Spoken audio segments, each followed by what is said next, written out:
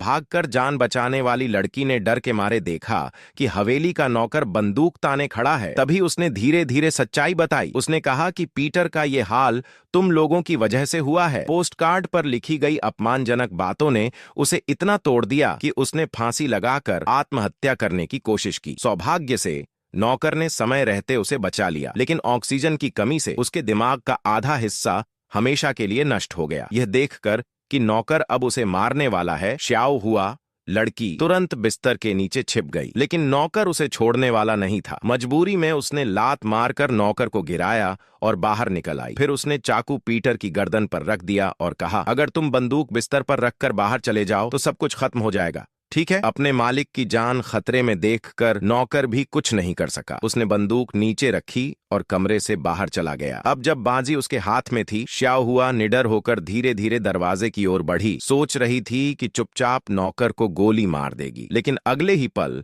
नौकर दरवाजे से छलांग लगाकर अंदर आया और बंदूक छीनने की कोशिश करने लगा। मुठभेड़ में श्याओ हुआ से गलती से ट्रिगर दब गया और नौकर का सिर उड़ गया। गोलियों की आवाज सुनकर निक कमरे में घुसा। हालांकि उसके कंधे पर गोली लगी, फिर भी उसने श्याओ हुआ को पकड़ लिया और उसे अपने भाई पीटर के सामने गिरा दिया। गुस्से में तिलमिलाए निक ने बिना दया दिखाए वहीं पर श्याओ हुआ को खत्म कर दिया। उधर झोपड़ी में बंधे दो लोग अपने तीसरे साथी को मनाने की कोशिश कर रहे थे कि वह उन्हें मुक्त कर दे और गलत काम में साथ न दे, लेकिन डर के मारे उसने उनकी बात नहीं मानी, क्योंकि उसे पता था कि अगर वे भाग निकले तो उसकी जान भी जाएगी। जब लीसा लड़की का सब्र टूट गया, उसने मौका देखकर उसका हाथ काट खाया, जिससे वह दर्द से चिल्लाने लगा। गुस्से में वह हमला करने बढ़ा, लेकिन लीसा ने खुद को छुड़ाकर उसे जमीन पर पड़े कुदाल के ऊपर धक्का दे दिया। वह मौके पर ही मर गया। शांत होकर लीसा ने अपने प्रेमी की रस्सियां खोलीं और दोनों भागने लगे।